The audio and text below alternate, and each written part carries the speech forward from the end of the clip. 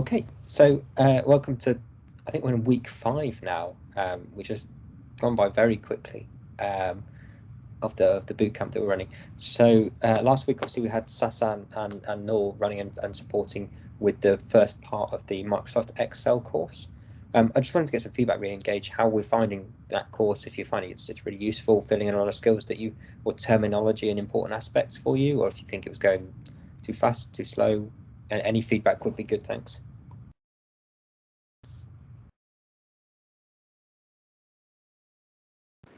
Overall, it was good.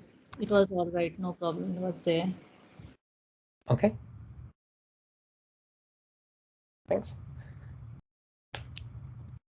See, Excel is one of those things that, as I say, I think I've mentioned this before, data scientists, data analysts, we tend to look down on it a lot, and unfairly, I think, in lots of cases. And it's just one of those really important skills for an employer, for an organization, given so much data sits in Excel. So many people use Excel. So being good at it makes you really quite valuable when you're inside an organization. Particularly some of the more advanced skills and things that can end up doing a lot of time saving for you. I remember years and years ago when I was learning Excel at first, I was reading blogs on how to do certain aspects like writing macros, which we'll be talking a bit about today, but also just some automation and some filtering and sorting and things. And there was an investment banker on there and who was doing some data analysis, working out which companies to invest in, and he'd calculated that by automating some code in Excel of a job that he did once a month that took half an hour, over 3 years he'd have saved his company £300,000, just because of the amount of money that they were paying him. And if he spent half an hour every month doing this job instead of spending 20 minutes writing a piece of code to do it for him, and automating that process, then it was going to cost them hundreds of thousands of pounds. So there is effective cost savings in there. I think he was slightly generous with his own value and a bit egotistical, but I think the logic is there. If we can automate processes effectively, then it can be really valuable and useful for an organization. Even down to simple things like being able to concatenate text effectively. So join up text in different cells together, and from that I can send an email to 200 people, whereas the administration team aren't aware of tools and techniques like that. So when we showed them that, they realized that they could set, like I say, send an email to 200 people in a list, the term templated email, rather than adding them individually, and that taking quite a long time. So today we're going to be talking about working with data and macros, because I believe we're up to session 9 now. I've put the slides and the Excel activities that we're going to be going through in the class materials and week 5 folder. So the slides are in there, and then there's a folder in there that has a load of different Excel files for you. Okay. Now, for those of you that have Excel on your own computers, that's great. As I was sort of mentioning to the first few that are in the room early on, we are in the process of getting BCU email addresses. So 4 people so far have BCU addresses all set up. So that'll be Idil, Fahima, Josh, and Samiksha. Everyone else, don't worry. There's not anything wrong with it. You in any way. It just takes time because you have to be added individually and manually to the system. So the admin team are processing it, but we're just cranking the handle, making sure that they get that done as quickly as possible for you. So once you get the email with the instructions of how to log in and what your password is, go along, log in, change your password, but then you can download the Microsoft Office suite onto your own computer and use it for the duration of the time you have a BCU email address. So really take advantage of that, and anything else that you get as a learner or student at BCU. So there's all sorts of stuff that you'll get emails about and notifications of to take advantage of, as well as the Microsoft Learn platform. Make sure you sign in with your BCU email address, and then you're registered as a student there. So does anyone have any questions before we get started? No, thank you, Ian. No, thank you. Great. Okay, I'll get started. In all honesty, this is unlikely to be as slick as Sasa and Noor working on this together, but we're in for the ride, so let's go. We are going to be talking about importing data, sorting data, filtering, outlining, and setting data in a table, so styling and formatting. Okay. As far as importing data goes, we're going to be looking at things like text delimited files. And I'll explain what I mean by delimited when we come to that, because it's easy to just show it in an example. But beyond that, we'll also look at importing data from a database as well. So that'll be an existing Microsoft Access database. So still within the Office suite, Access is a program that allows you to create a database and run SQL queries and language in that. So we'll be importing from those, sorting data in different ways and with different criteria from multiple or single columns.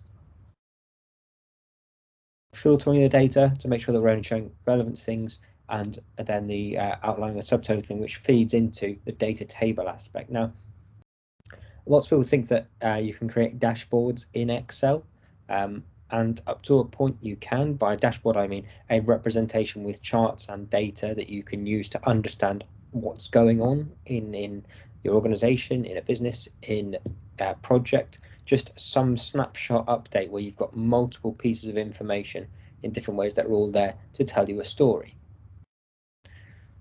So dashboarding is a really, really complex thing to do right. It's very easy to do it wrong. And Microsoft Excel is a starting point where you can have things like tables and charts and plots and things that can give a snapshot of information. And it is a nice, simple way to do that, but it's not very interactive. And it's not overly flexible or capable of doing good design methodology. Okay. We're going to jump later on in the module, in the course, to talk about dashboarding and proper data visualization aspects, right down to what's a bar chart.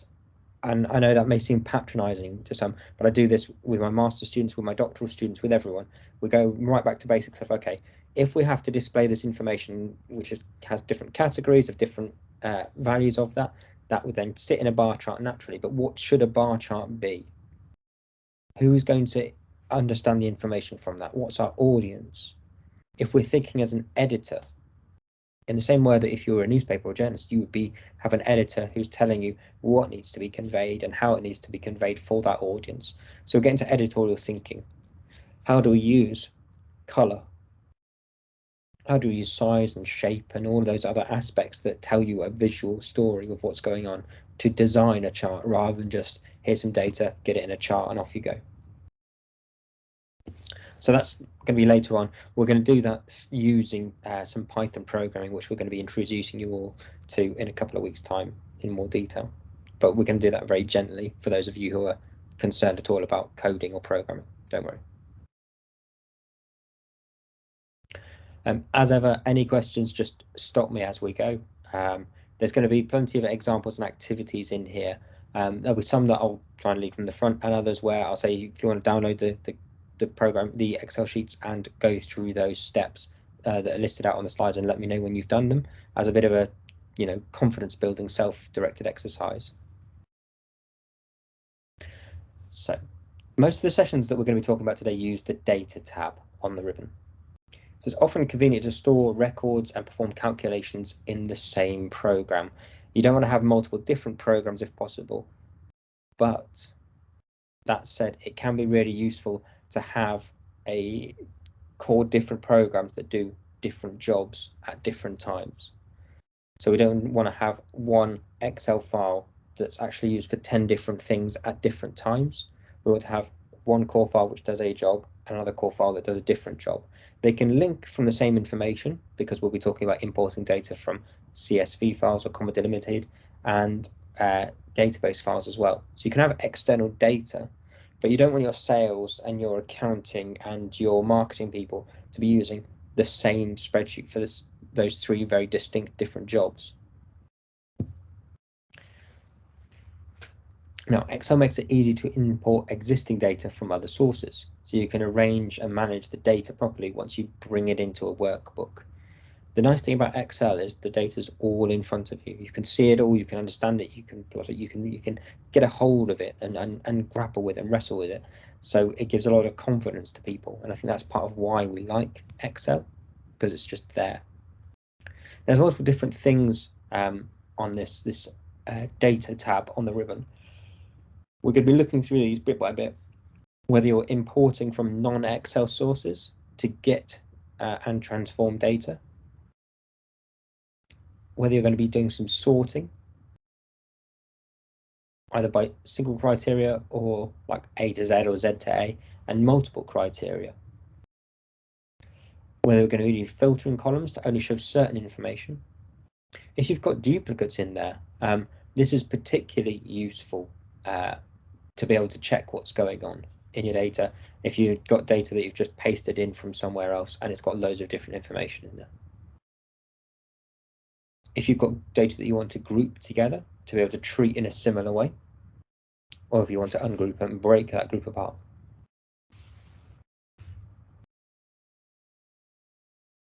So when we're working with larger workbooks, it's helpful if some of the data already exists in some form and can be reused or imported. So if the data you need for a workbook is from a source outside of Excel, it needs to be imported in. Right, and ideally you want to do an import rather than just trying to open that data if it's a .csv file, and that's one of the most common ones in data science that we're dealing with. We're either dealing with data that's sat in databases or .csv files. Complex relational databases are comprised of multiple tables, so you can't import that all at once. You have to do what we call a query to get specific information, or an entire single table, but a database is made up of multiple tables. You can connect to a database though, and then get those tables out into Excel in a specific manner. That allows us to do what we call parsing. So interpret what's going on letter by letter or character by character.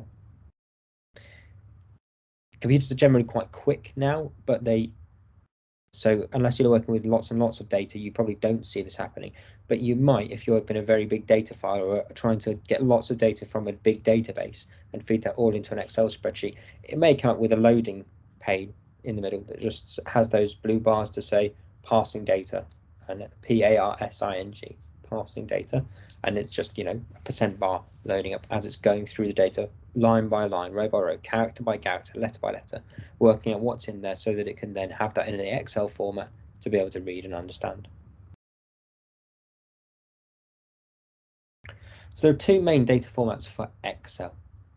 We've got the older one with files that end with a .xls extension, and then the newer one, which is XML based. This is a .xlsx format. So old ones have just .xls and newer ones have .xlsx. The XML based format is just more efficient generally, and stores more useful data. So it's more flexible than the old .xls format. So you can tell if a spreadsheet that you're opening is old if it has this format at the end of the file name. Newer ones have the X at the end. Because the newer format's public, there are more programs and services now that publish data to a format that Excel accepts. So it used to be that you had to work with Microsoft Excel with Excel files, and other programs could kind of import it but weren't perfect or great in any way. So beyond this, we've got .txt for text, or .csv, so comma separated variable. And I'll get up an example of that in a second. So these files can be imported and use certain characters, such as commas and quotation marks, as delimiters. Okay. And by delimiters, in fact, what I'm going to do is just cut that, and I've got a .csv file here that we're going to open up later on. So I'm just going to open this with my text editor. Now, if I can zoom in, perfect. Okay, so by comma separated variable or delimited, what I mean is if this data were to sit in a table, then what will go in each row is separated by a line. So on one row we might have this April data. On the next row of the table we might have the May data. On the next one we might have the June data, and the next one we'd have the July data. So it's separated out by lines that way, but this data isn't just one column with lots of different rows. There are multiple different columns with information for each of those rows. So how does it tell whatever the program like Excel that this is going to be imported into, what goes in each column for each row? For each row, it's just there's a line break. It's got one line for April, one line for May, one line for June, one line for July, one line for August, etc., going all the way down.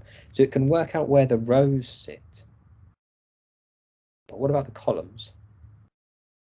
Well, those are all split out with commas. So every time when Excel is looking at this and going, I need to read this data, I need to open this file, so it goes letter by letter, looks at everything in here, so it looks at year and month, comma. As soon as it sees a comma, it stops writing in one column and moves on to the next, and the next, and the next. So year and month goes in one column. Resident population goes in the next column. So that would be B1, column, cell B1. Then in cell C1, we've got resident population plus armed forces overseas. And then the next column would have civilian population. And the next column would have civilian, non-institutionalized, etc. So what I mean by that is if we just move this over, I'm going to reopen the file, but I'm going to let Excel open it. And Excel is just going to read that data in. So we've got exactly the same information here in this text file here and in Excel here. Let me just shrink this column down so it's useful to be able to see. And if we zoom right in, so Excel's just looked at that CSV, looked at everything letter by letter to work out what's going on. And we see that it's gone year and month has gone into cell A1, and because that's before a comma, then there's a comma, so it goes, okay, stop writing to this cell, going to write to the next cell. So then it's got resident population, and then it sees another comma here. Then it starts writing the next bit into the next cell. Is everyone happy with this idea of delimited, or what Excel's doing here when it sees a comma and it just writes to the next, moves to the next one, moves to the next one? Yeah. Yep. Yes. Okay. Great. So I'll close that and we'll get rid of that too. Okay. In data science and with data analytics, loads and loads of files just are in a .csv format. So that's, you end up working with that lots. Often we have different files, or .csv files with different information in that you need to join together. That's part of the data wrangling activity, which takes up a lot of time, that and the data cleaning. And we're sort of talking about some of the data cleaning aspects today, although from an Excel point of view.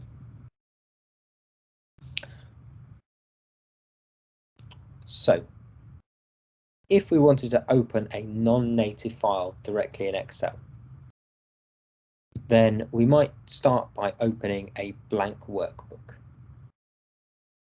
Okay, so what I'm going to do, I'm going to just boot up Excel, and I'll do this one step by step for everyone. So, new workbook.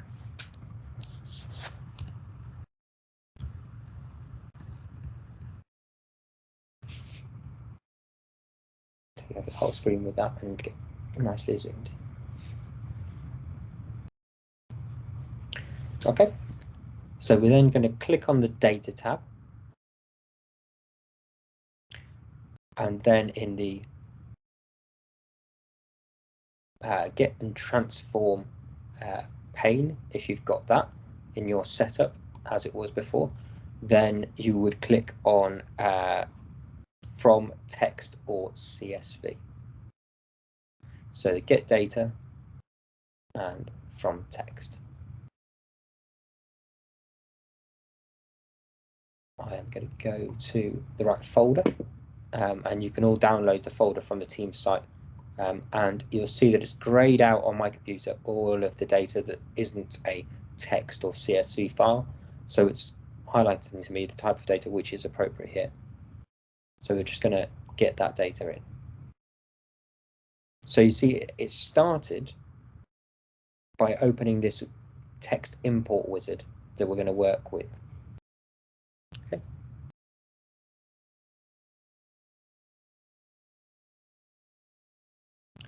So what it's doing is looking at the structure here, and it's trying to identify what should be imported how. At the minute, it's looking at this and putting all of these things into a single column, but it's recognized the different rows. And that's just because it's looking at the wrong delimiter. It's just giving a snapshot of what's there.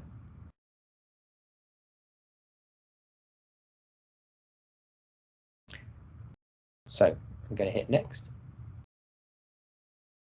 And this lets you choose what delimiter your text is working in.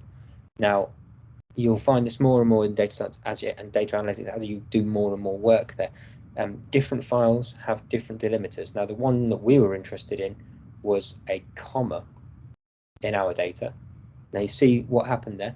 When I didn't have comma ticked and it just had tab ticked, then it put everything into a single column.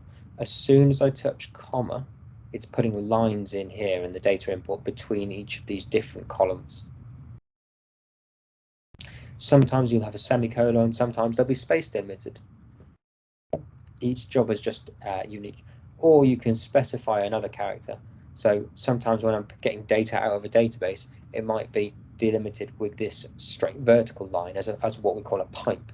That's a bit of a pain sometimes to deal with, but when you can just specify what the delimiting character is, it's nice and easy. So I'm going to hit next. You can choose the individual setup of each of these columns as well. I'm just going to leave them all as general because they're just generally text and information, but you could tell it what's numbers or text or dates and what format it should be, and it would automatically do all of those things for you. But for now, we're just going to hit finish. And then it wants to ask where you want to put the data. And naturally, top left column seems like the best place for that, but you could put it into a new sheet if we wanted to.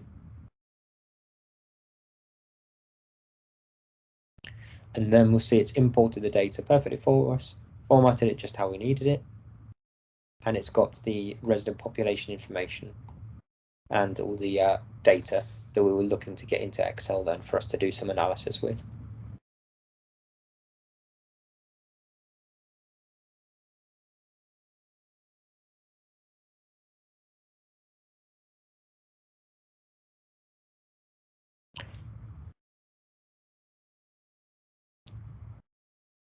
So hopefully that's quite straightforward in terms of opening the data and getting it in there to start with.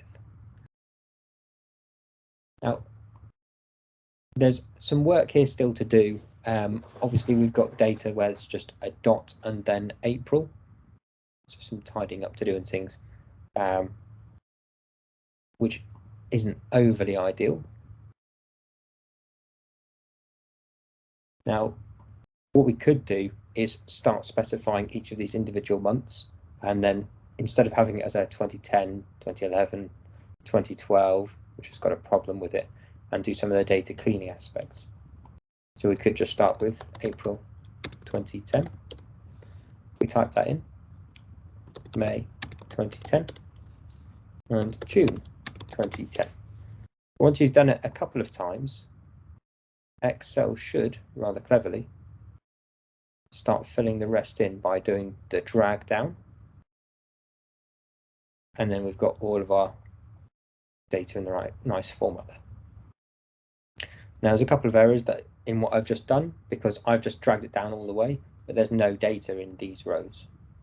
So what I'm going to do is just get rid of the bottom two and move everything in line with where these gaps are.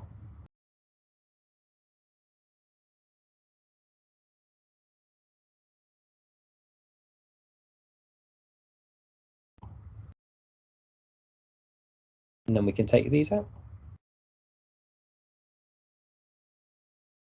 These out.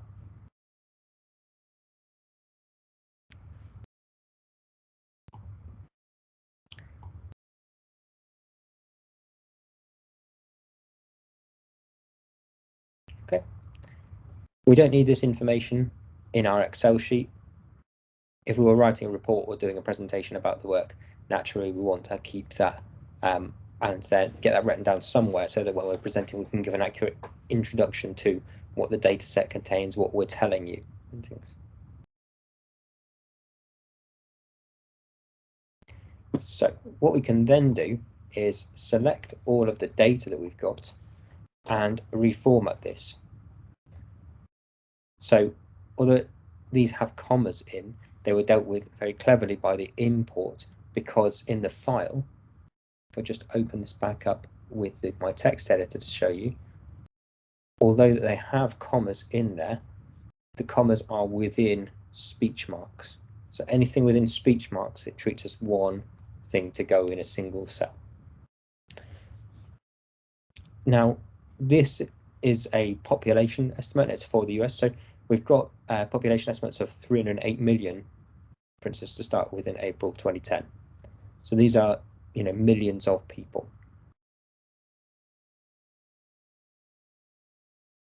So what we can do is format these as a number, and we can format them in multiple different ways if we wanted to. It's not giving them any decimal places, but if it had, we could use these buttons quite easily to take out any decimal places if there's been a problem with the import. So what I'm going to do then, now that I've finished that work, is just to save this as 09 monthly census data solution, if I can spell.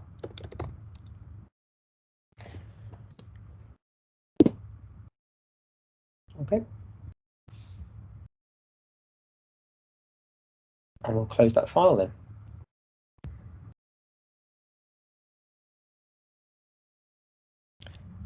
Any questions about importing data from a .csv file?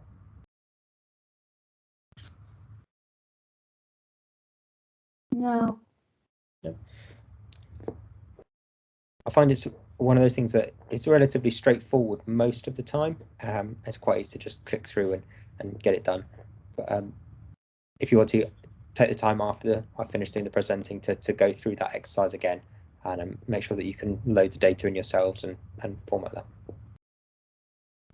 Now, there are data files and databases. We've talked previously about what databases are, especially from a cloud perspective. So a data file stores a series of records in a relatively simple format, and Excel uses data files in that manner. A database, however, is a comparatively complex system that can store a large amount of related data in different tables that are structured. Now, this requires a program to be able to access and assess and render that data. When Excel imports data from a database instead of a file, it actually launches a program, begins a communication process with that program, and then instructs the program to stream the data it requires. So a data file can just be opened up and brought in. Database, you have to have something for Excel to talk to be able to get the data in.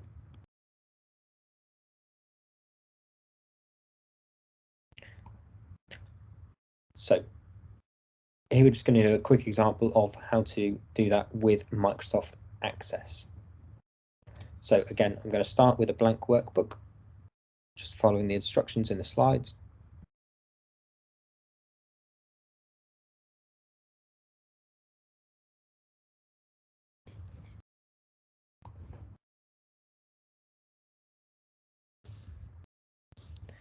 And in the Data tab, we're going to get data from a database.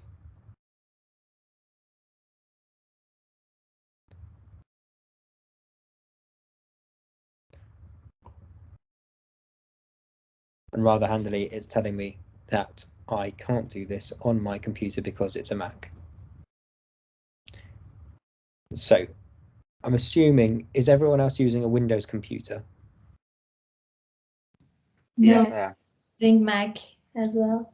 You're on a Mac as well. Okay, so don't worry too much about not being able to do this exercise, Gamda. This is just one part of that, but I'll leave it up to everyone else to go through this exercise later on. But in essence, all you're doing is in the data tab, a bit like we did with importing the CSV, you go to from the database, and we choose the file that you would be choosing would be the customer contacts.accdb. So that's a Microsoft Access database. You import that. It will work a bit like with importing a CSV. It will give you a navigation pane to tell you, here's the data. Do you want it formatting like this? Here's the database. Here's the different tables that are there. So that database has tables with customer information, with invoice information, and with product inventories. So what stock they have. And you have to just choose which one you want, and if there are specific bits of information you want from that table. When you hit load, it displays a formatted table and allows you to auto filter. And then you can save that file as the customer solution.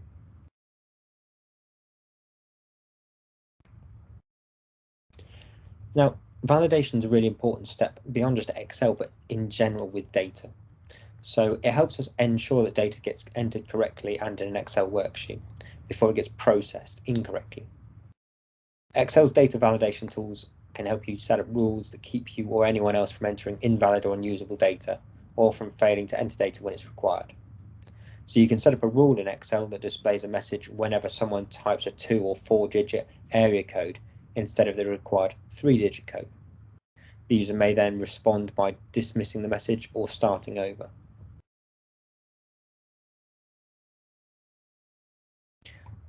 So to do this, we would open the Vet Clinic Patients Workbook. So I've got that just here. So the Vet Clinic Patients Notebook.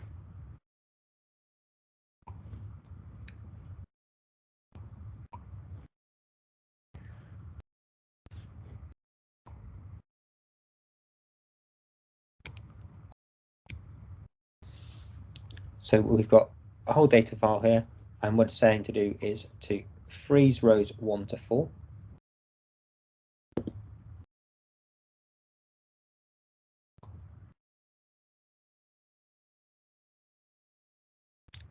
So go to the View tab and freeze panes.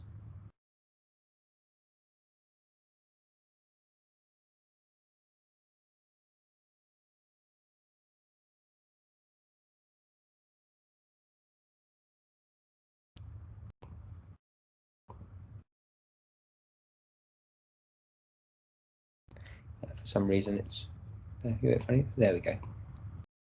So I've got rows 1 to 4 frozen. So every time I scroll down now, I can just see those column headings and see the data I need.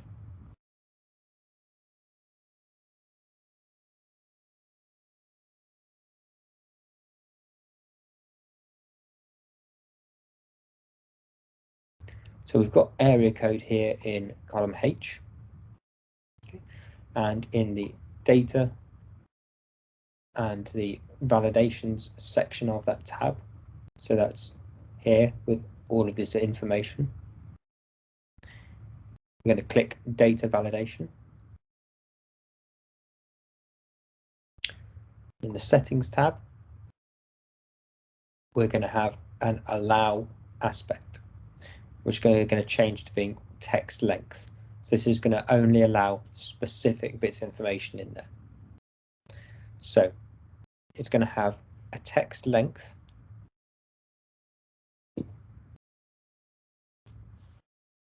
minimum 3, maximum 3. or we can just set it equal to a length of 3. Okay. There are multiple different ways that you could do this.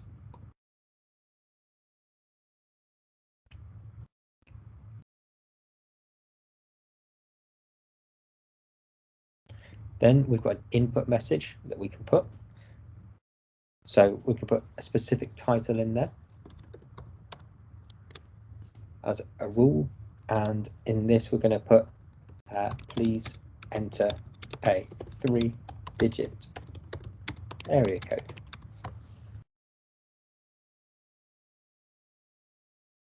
And then finally we can set the error alert, which happens when they don't do that.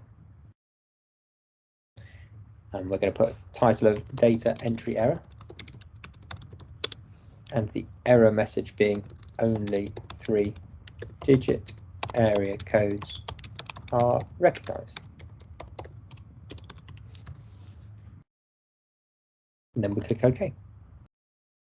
So we've got the rule appearing, please enter a 3-digit area code, as soon as we click on the cell.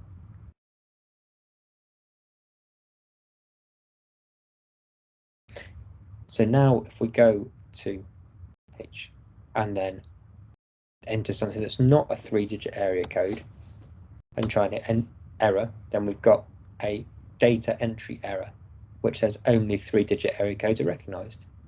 So you can hit cancel, or we can retry. And it'll open that cell back up for you. And it won't let you not follow that rule. And it also does it when you've got too long a entry as well. Okay. So you start to get to be able to limit what people can do within Excel when you're trying to do data collection.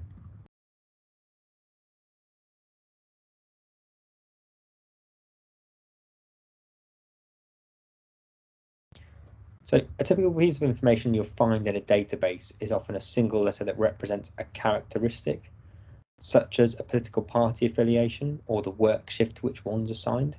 In data entry, it's easy for someone to slip and enter an invalid character. So you want to limit those. So if they're, for instance, from a political point of view, are they a member of the Labour Party, L? Are they a Liberal Democrat? Maybe you can have that as a D for Democrat. Maybe they're a Conservative, C. Maybe they're a UKIP for U, or a Green for G. So you could easily code those up with a single letter to make the storage much easier and restrict the amount of typing or entry that needs to be done for having all that information. But you want to restrict it to make sure that it's only specific set of options that they can do. Okay. This is a bigger problem than simple data entry by general people, the public as well. So my wife once did an audit of a doctor's surgery years ago that she published the work on. Now there's a standard GP tool that they use for data entry on patients, and there's a couple of popular ones, but generally they form the same piece of software. Now for every patient that the doctor sees, they write up a brief summary at the end of seeing the patient to say what they've done, what they've recommended, so it's in your patient notes. Now, there are some general good coding conventions that doctors should be using generally for, say, if you've got cardiovascular risk of 10, for instance, from some score measure. So they would write maybe cardiovascular risk 10. Or if they're trying to type quickly, they may go CVC risk 10 for cardiovascular CVC. Maybe they'll just put C risk 10. Now, all of a sudden, you've got 3 different ways that could be coded in and saved in the database. Now, if it's the same doctor seeing the same patient, that's absolutely fine. Or if you understand that CVC can mean cardiovascular risk, that's all right. But if you're trying to automatically analyze the data, as we often do for data science or data analytics, then you could end up having problems there, because you may completely miss that this person has a cardiovascular risk of 10, or that any cardiovascular tests have been done. So you may audit or look at the data from a GP practice and go, oh, it's great, there's no one with any cardiovascular problems. No one's had any cardiovascular tests. Everything's fine at this surgery. But actually they have, and it's just that they've been coded as CVC instead of cardiovascular. So by having rules like this put in place, even just a simple program like Excel means that you can have that saved and restricted so that it's always done the right way. It's also very easy to make a mistake, spelling mistake, or have a slip that creates a problem there. So this preempts that. So if we were to go back to that workbook here, and again try and limit what can be put in column D, for instance. So again, if we go to data validation,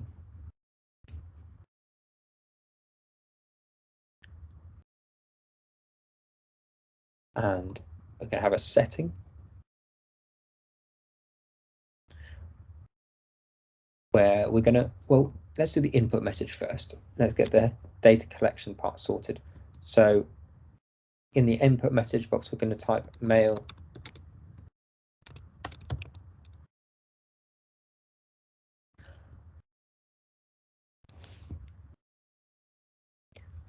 please enter your surname.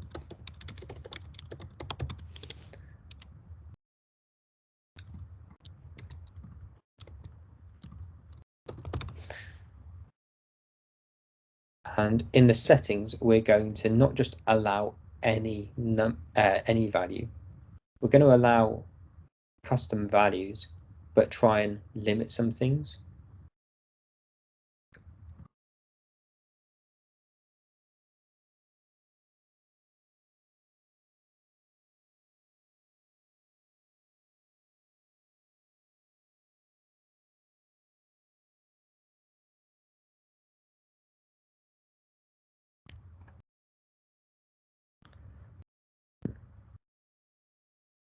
I've just hit a problem, sorry. I'm following the exercise wrong. That's why I've jumped to the wrong slide.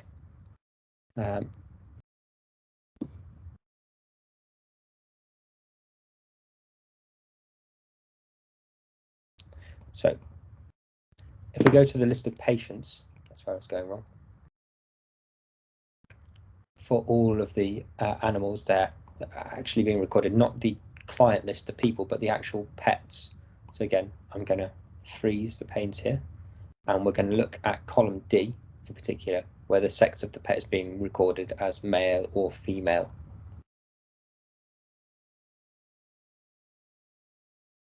So if we go to data validation,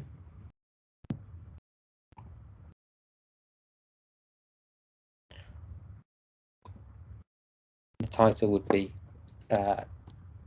sex, and the input message would be please enter F or N for male, female, or neutered.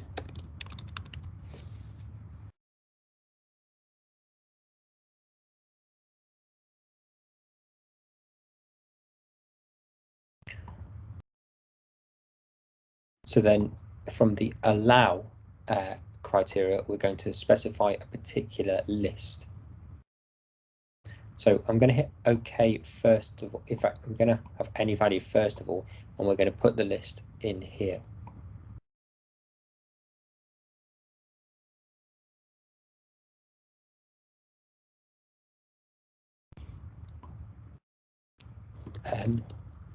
F N.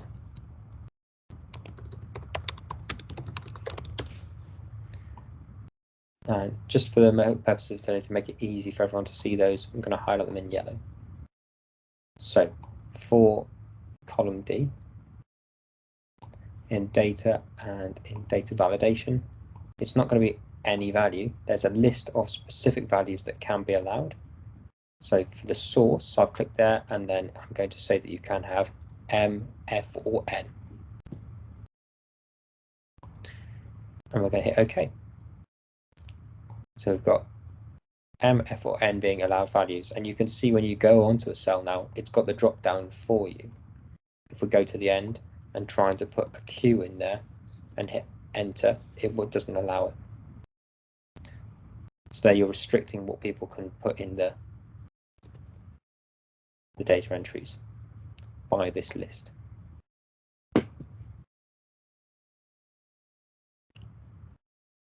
Okay, does anyone have any questions?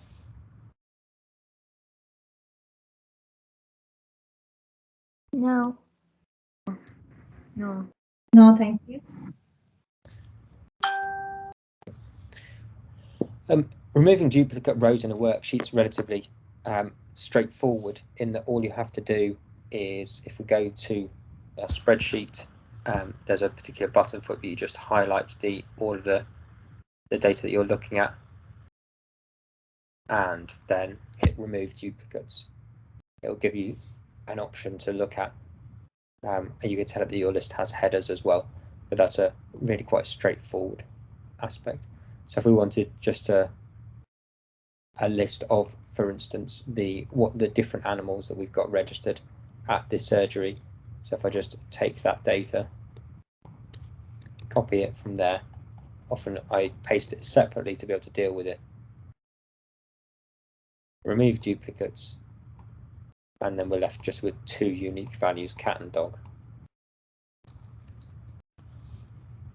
I do this quite a lot when I'm getting data about my students, actually, because I just get the list of students all into one spreadsheet, and then doubtless that there's certain students that have been entered multiple times, so I find their unique identifiers, so the student code, and then remove duplicates for them. And that way I don't end up sending emails to just two or three emails to the same student if they've been duplicated in some list.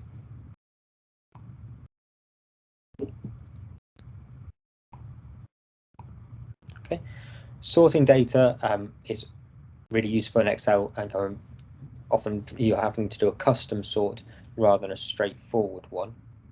But if it's a single criterion for things like name, on an A to Z criterion, then simply just going along to your document, your spreadsheet, and being able to sort, highlight your data, and you can sort it A to Z or Z to A. If you hit Z to A, which would then do a sort the opposite way around, it's giving a warning because I've only sorted the patient names. If I do this, it's not going to take with it the information from the other subsequent columns that are attached to that. So naturally you'd want to expand the selection there, and it's automatically covering all of these values. For instance, if I just show you that again, but don't expand the selection, you'll see that Yukuri, Uzi, Thomas, they all move to the bottom of the sheet, but it's left the cat, dog, what type they are, the sex and the owner information there. So it's ruined the data set. So I'll just undo that. So it is important to make sure that you've got the right setup for sorting and that you've highlighted all the data that you want to carry with you. Often though, we've got multiple different ways that we want to sort. So we might want to sort this data set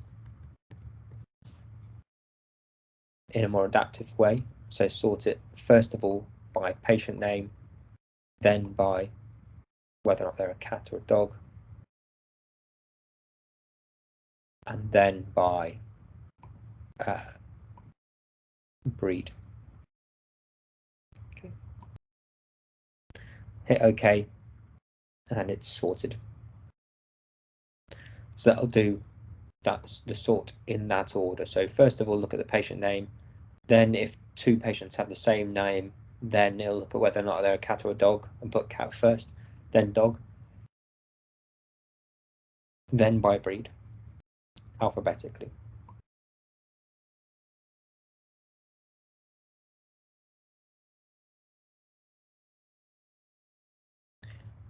Excel can also sort by conditional aspects and using cell attributes.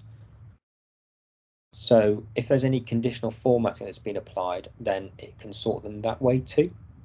It doesn't have a conditional sort feature where you can create a rule or a formula that Excel evaluates to group or arrange rows, but you create rules that apply specific formats or graphics to cells based on their contents.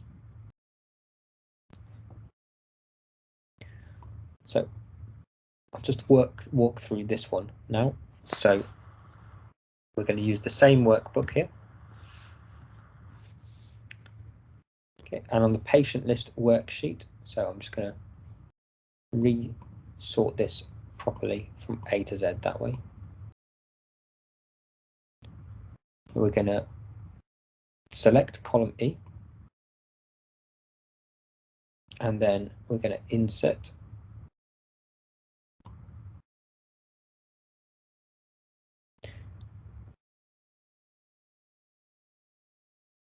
then we're going to hit the data validation.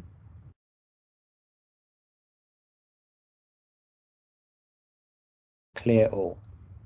Now what that's doing is when I've inserted the column, it's copied across the same data validation rule from column D when I inserted column E.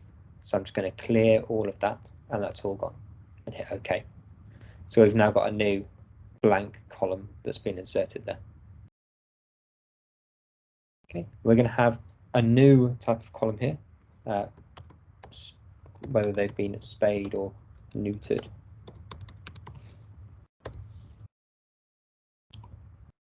And we're just going to resize this just to make it look nicer.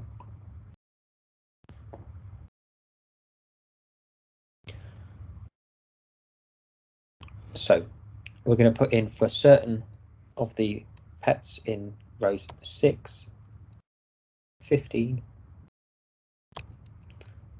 19, 21, 22, 25, 34, 37, 46, 50, and 56, that those have been spayed.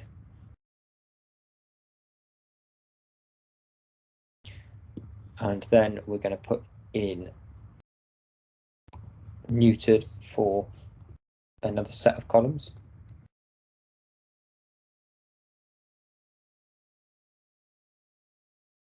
In reality, given that this is a vet database of information, it's only natural to expect that lots and lots of the registered pets have been spayed or neutered.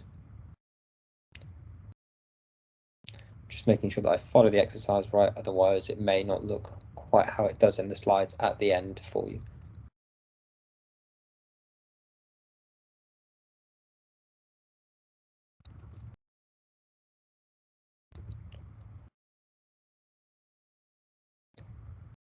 (47), 48, 52, 54, and in 57 there isn't an entry there, so we're going to ignore that. Now we're going to do a data validation here, and the setting that we're going to allow is a list, so it's either going to be in the source we're going to type NS, but it's going to ignore any blank ones.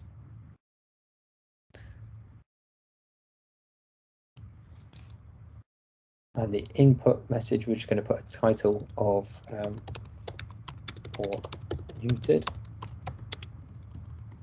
for spay, and N equals neutered, and hit OK. So it can be blank or it can be N or S.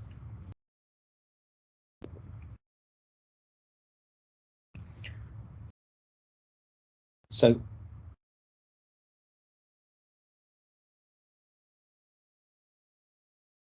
what we're going to do is just select all of this data now, click the Home tab, and we're going to do some conditional formatting, creating a new rule.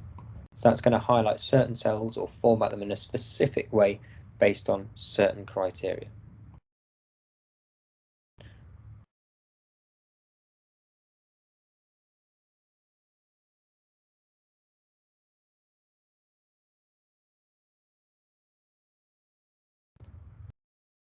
Just going to do that again.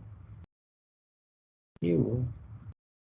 Okay, so we've got a new formatting rule.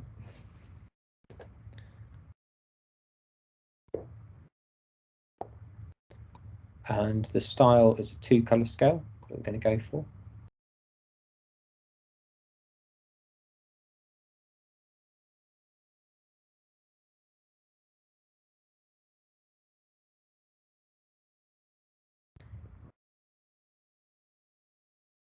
And only format cells that contain specific text. So if it contains N, then it's going to have the following format. So any of the cells that are in red contain an N, so they're easier to see and it visually pops out at the eye.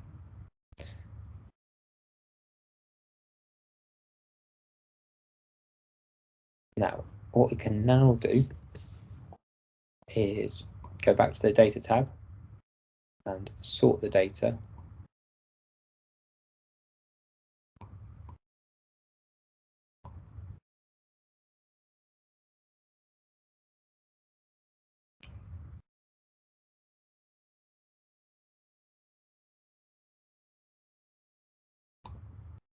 And sort by cell color.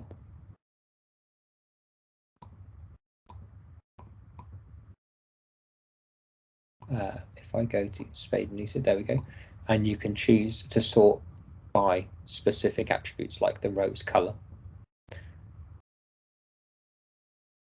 If we get rid of those, so that's going to sort by the red category.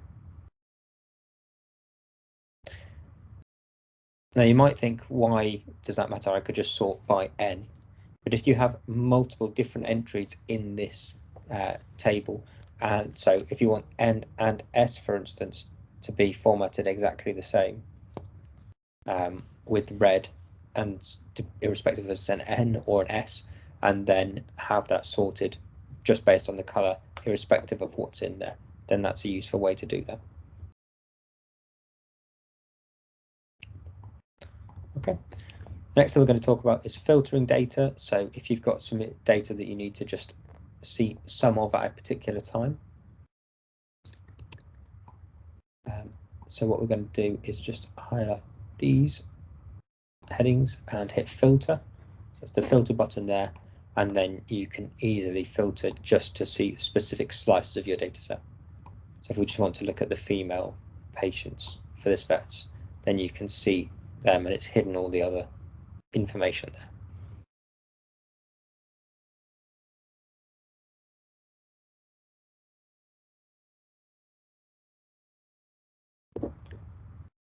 Okay, you can create custom filters as well based on other set criteria.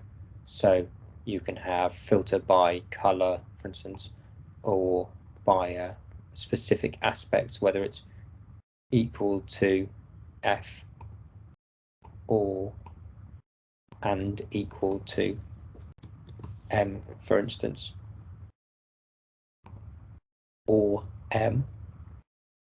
Then we've got female or male ones showing up, but not any of the N ranked ones where they had been neutered and recorded as N's previously.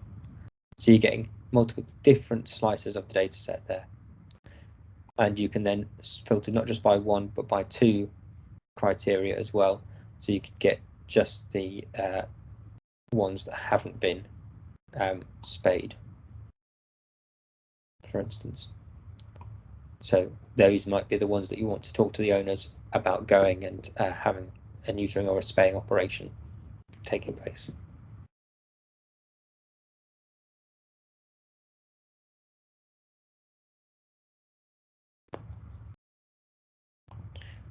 Okay, does anyone have any questions so far?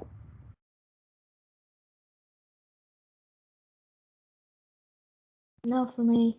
No. Ian, I have a Yeah. question. Yep. For the Excel exam, what level we are going to do? It's level 2 or 3, or there is a specific. So it's a specific Microsoft certification from Excel. I don't know if there's a specific level that's given to the code. Sorry, I'm not aware of that. Okay. In terms of other topics and things, it goes beyond. We're at the data handling aspects here, but beyond this, there's all the pivot tables, conditional functions and operations was the next set of slides, and macros are talked about up to a point as well. Okay. So there's, yeah, it does jump up a bit in difficulty, but if you've got experience with programming and with Excel, then it's not going to be too hard, but it's just another nice attribute on your CV. Yeah. And the exam, will it be like can we have a kind of like practice test, like how it will be, you know? Yeah. Yeah, 100% practice tests. Yeah. The exam, to my understanding, is sort of scenario based. They give you Excel files a bit like this to work through, to do certain things with, format it in a particular way or present it in that way, and it'll say do that, make sure that you filter it, and I'll do data validation to only allow these values in this, you know, for this criterion. So you'll have to create the list and do all of those things. Okay, thank you. Okay.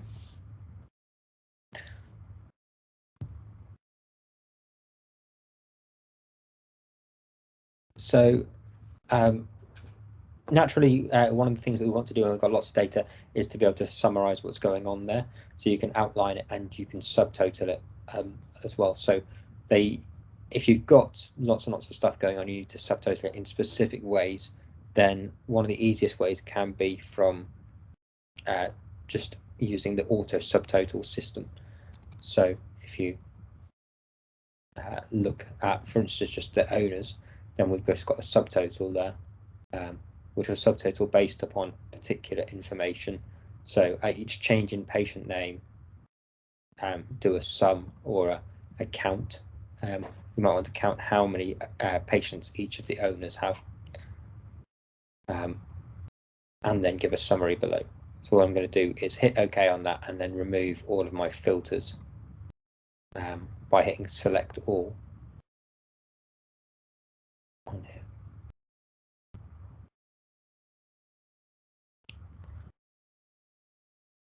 So what I'll just go back and redo those subtotals again.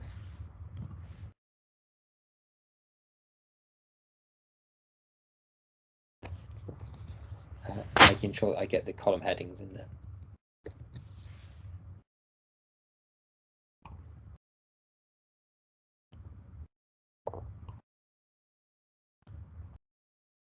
Okay. So that's giving the count and all the information there.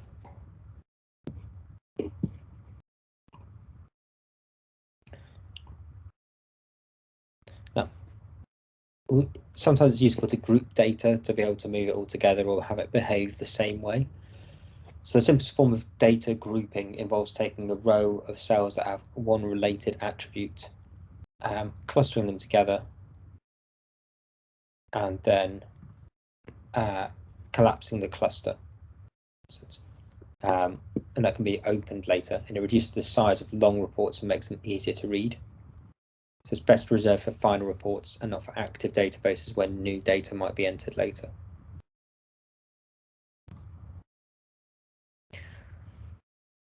Whenever you group rows together or perform an operation such as auto-outlining or auto-subtotaling, which groups are automatically created, Excel adds control next to the row and column headings. So it's got outline symbols.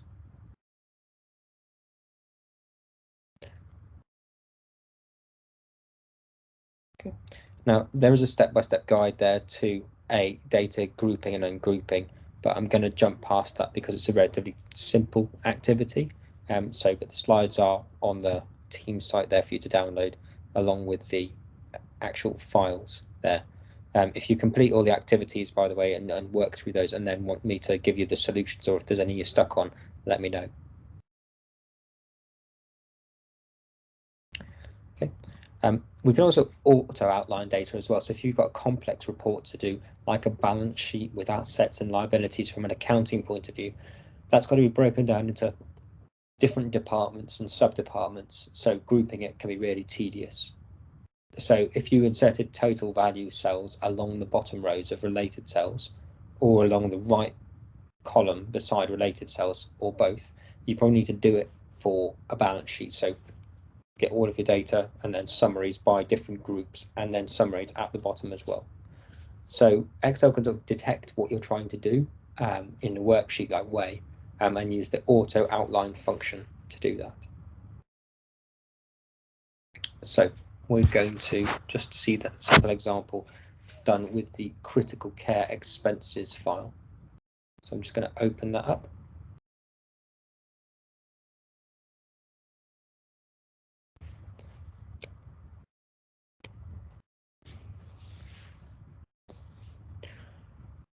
So I'm going to jump straight to cell H14 here, just zoom in a bit further so it's nice and easy for you to see. So we've got different information of the expenses by Bellows College Animal Clinic there. And this is done for each day of, so 20th, 21st, all up to 24th of March. So just a 1 week snapshot of what's going on. We're going to make this a bold cell, this one here, because it's going to be a sum of the totals. And then what we're going to do is click auto sum, and that's just going to automatically sum what's going on in there. Hit enter, and we've got our summation going in there. Again, we'll make that bold. For this, reimbursable expenses, and hit auto sum.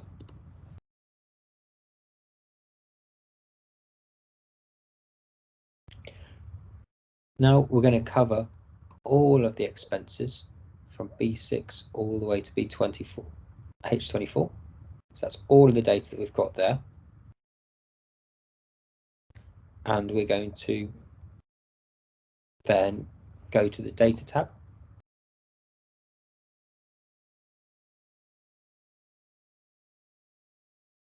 And then we're going to group them.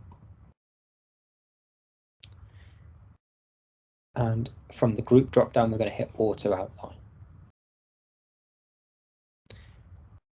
So it automatically groups together these cells in one and these cells in another, giving me the option to minimize and maximize what's going on.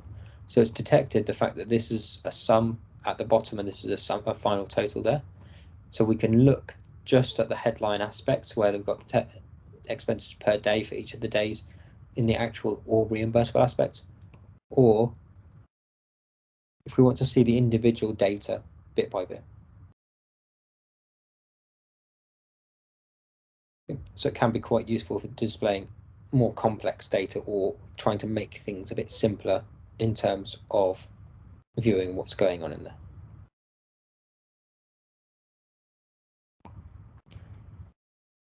Okay, next thing I'm going to talk about is setting up a data table in the table format. So it's got a special relevance for a class of data that it formally calls a table. When you format a single rectangular range with a row of headers along the top, converting it to a table enables Excel to treat it a bit like a database. So it's actually much quicker for Excel to operate on, to use formulae and to format the data in. And it's much more visually aesthetically pleasing as well to work with. So when you're composing formulas, the formal tables lets you refer to field names explicitly rather than cells. So I'm going to work through an example with the farmer sales August solution data.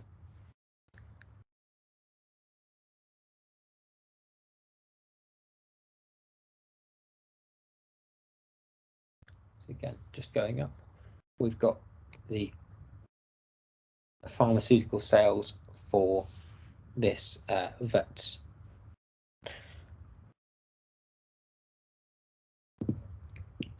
So we're going to select cells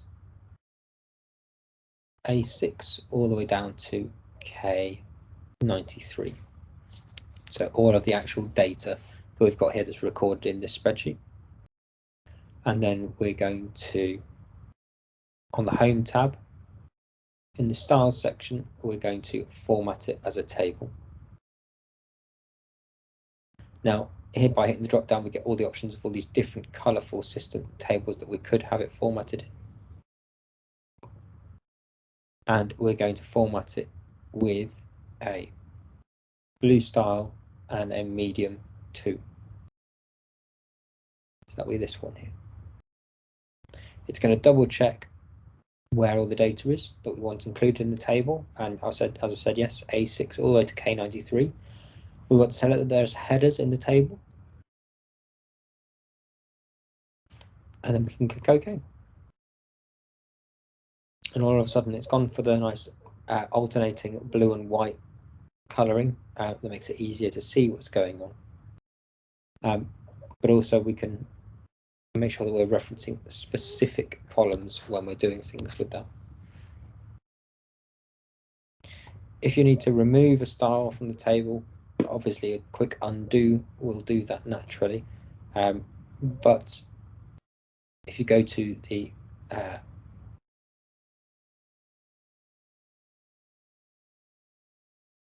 in the table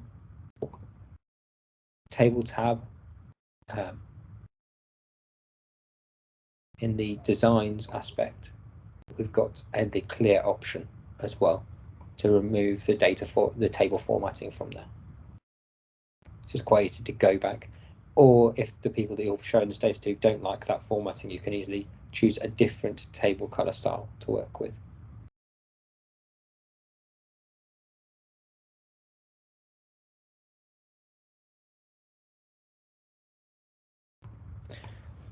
If you need to add more columns or rows when you've got a table set up, it's relatively straightforward. So we're going back to home to format this data as a table again.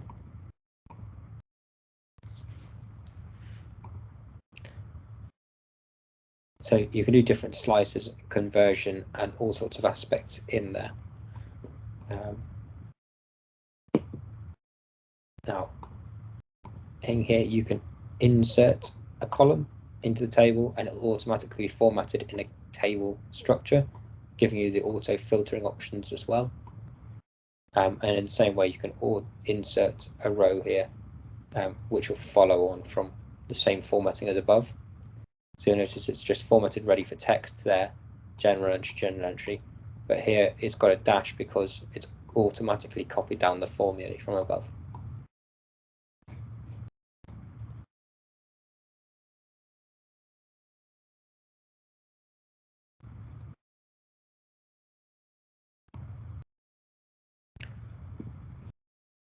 Okay. Does anyone have any questions about tables?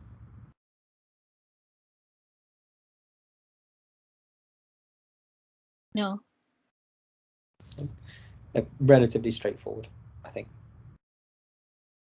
So the last thing that I had to work through was on recording a basic macro. So macros are a way that we can add code and custom objects and things to work in the background with an Excel spreadsheet that will do some of the automated work for us. You need, in order to write macros effectively, you need an understanding of the Visual Basic programming language, really. But Excel has a nice simple thing for us where we can record a macro. So hit record, do some actions, and then save that, and that will automatically be able to then recreate what's done when you've told it to start recording on a new workbook or in a new area. And it's easier again, shown rather than told. So we're going to start by looking at the tour revenues file.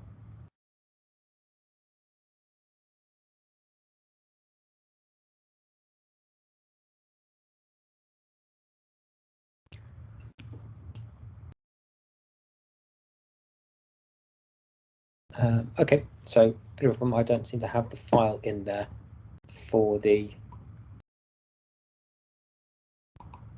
particular activity. So let's just see if it's in the solutions file.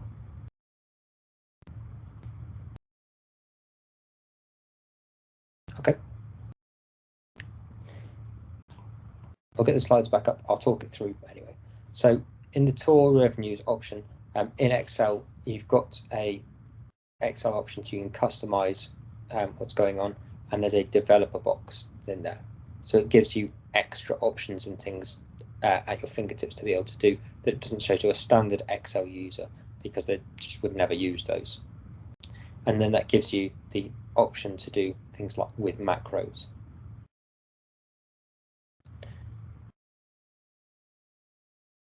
So what you'd want to do is to click to record a macro. You can then name the macro, tell it what shortcut key should be used to enact that macro. It's typically a Control, Shift, and then a letter. But you want to make sure it's something that's easy enough for you to push with one hand, ideally. So once you've hit that, you can then do a description. Yep. I think it's called the cycling charity talk, the Excel file. Because if you go a few slides down, it shows you the Excel sheet that we're supposed to be using, and it's the charity cycling tool. Cycling charity tool.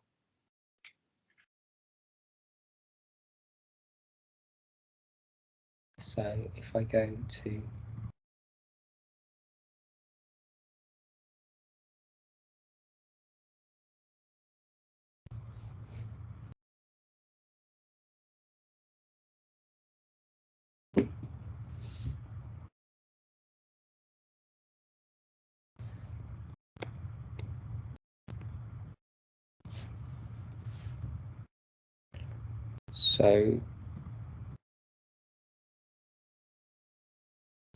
yeah, I see.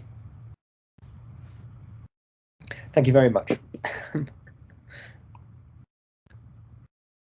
So we'll work this through then.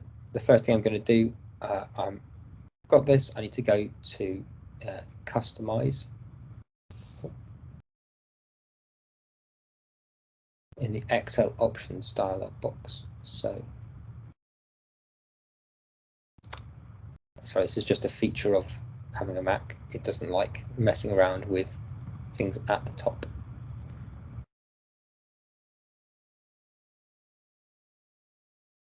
So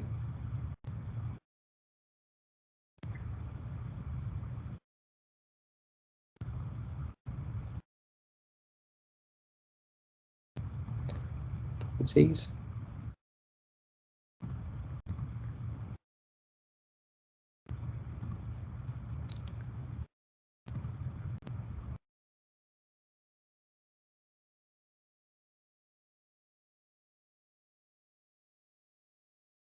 I'm just looking, naturally having Excel on the Mac rather than Excel on Windows, it's not giving me the customize ribbon bit that I'm looking for. Very sorry, everyone.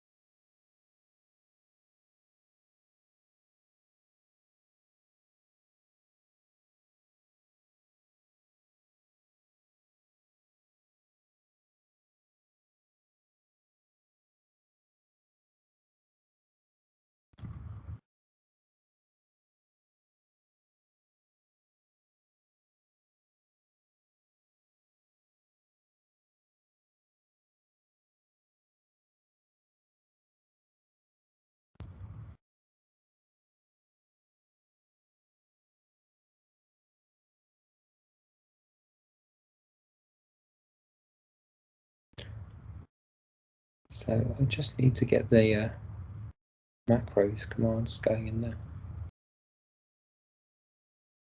There we go, developer.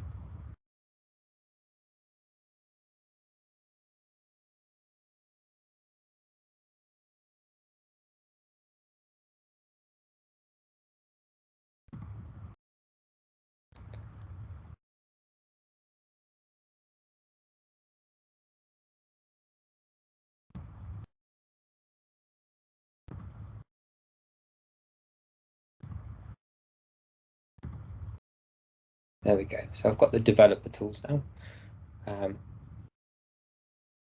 So this has some of the setup stuff for recording macros, creating things, and also some of the coding and more technical aspects that are sort of beyond what we'll be doing with Excel. So the macro that we're going to record creates a custom subtotal row at a particular place that we define, rather than wherever Excel is defining in terms of an auto sum. So we're going to select the cell where we want the subtotal to appear and then run the macro. So what we're going to do is click on cell D21. In the developer tab, we're going to use relative references. So that means if we go along to and do something with cell B21, that it's going to always go along to rather than be over here and still reference B21. And likewise, if we did something here and formatted the cell D21 based on something in C21, if we move up here, we want it to look at C13 rather than always looking at C21.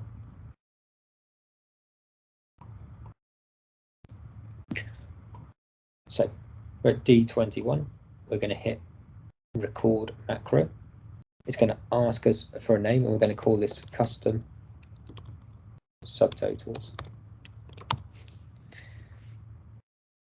And we're going to give it the S as a shortcut, so Control-Shift-S.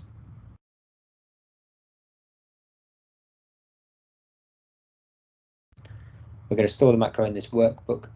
There is an option to create a new workbook or a macro workbook, but we're just going to leave it in here for now.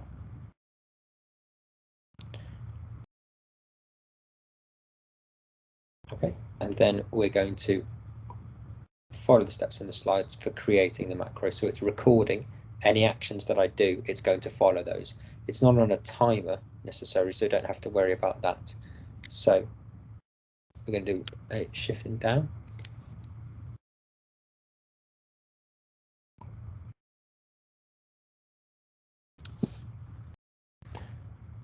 And then in the Home tab,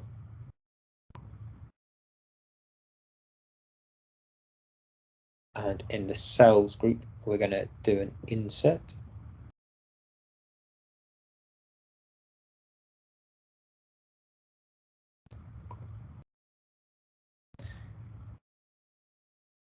And we're going to insert a row above there.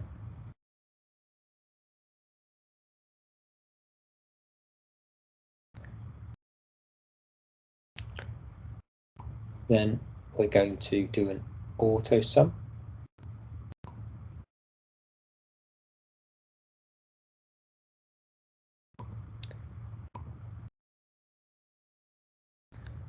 And before we hit enter there, we're going to copy this.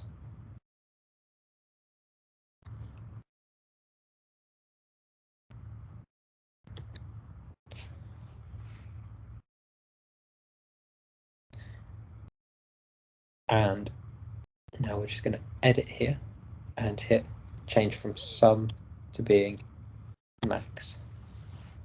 Because it's an auto function, but we can do a maximum or a sum, or we can do anything really. Hit tab. You see that's already formatted that way in terms of the numbers, but we're going to make it bold as well. Now if we go back to the developer tab and hit stop recording, then it's recorded and written that.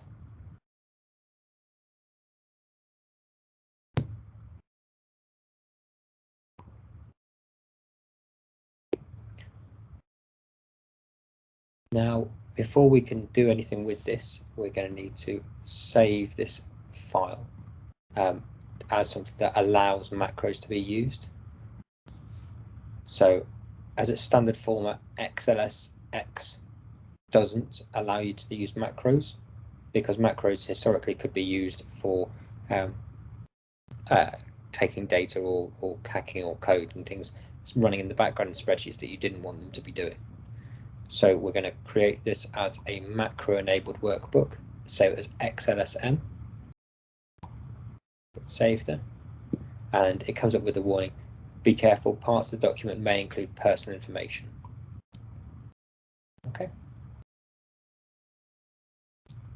So then we've saved a macro, recorded it, and it's there for us. Now, if we then try to run a macro, so we could hit the macros, custom subtotal, and hit run, and we see that it's created that function in there. So it's automatically doing the formatting for us and sorting the data out. And that just saves us a lot of time if we're trying to do custom formatting and operations on multiple different points. Now, because of the proliferation of malicious software, you can't execute macros from an original file. That's why we had to save it as an XLSM file. Just something to be mindful of: on the developer tab in the code group, you can have macro security, and you can, in the trust center, disable all macros. Okay, I won't show you doing that because it's just a two-step process. It's straightforward. So in terms of skills today, we've talked about importing data, sorting data, filtering, outlining, data tables, and recording macros as well. So we've got a little bit of time before the end of today's session. What I'd encourage you to do is just pick one of those activities from the slides if you're not comfortable 100% with it, and using the files that are all available on the team site, download the file and work through it step by step to make sure that you get the same results and it works. If you've got any questions, feel free to drop those in now.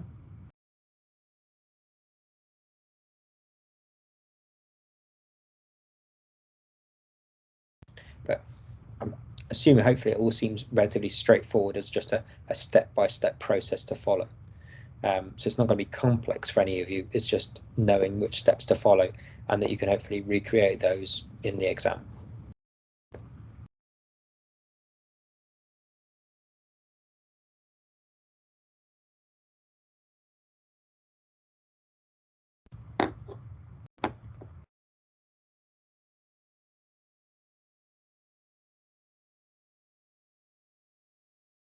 All right, thank you, Ian. Should we start doing it now?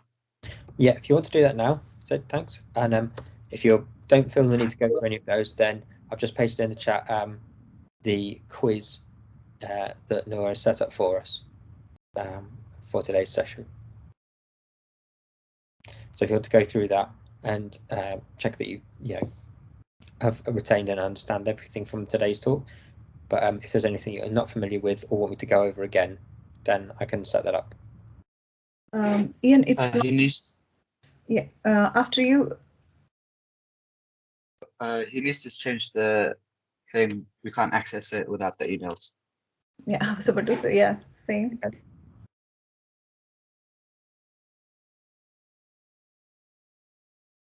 So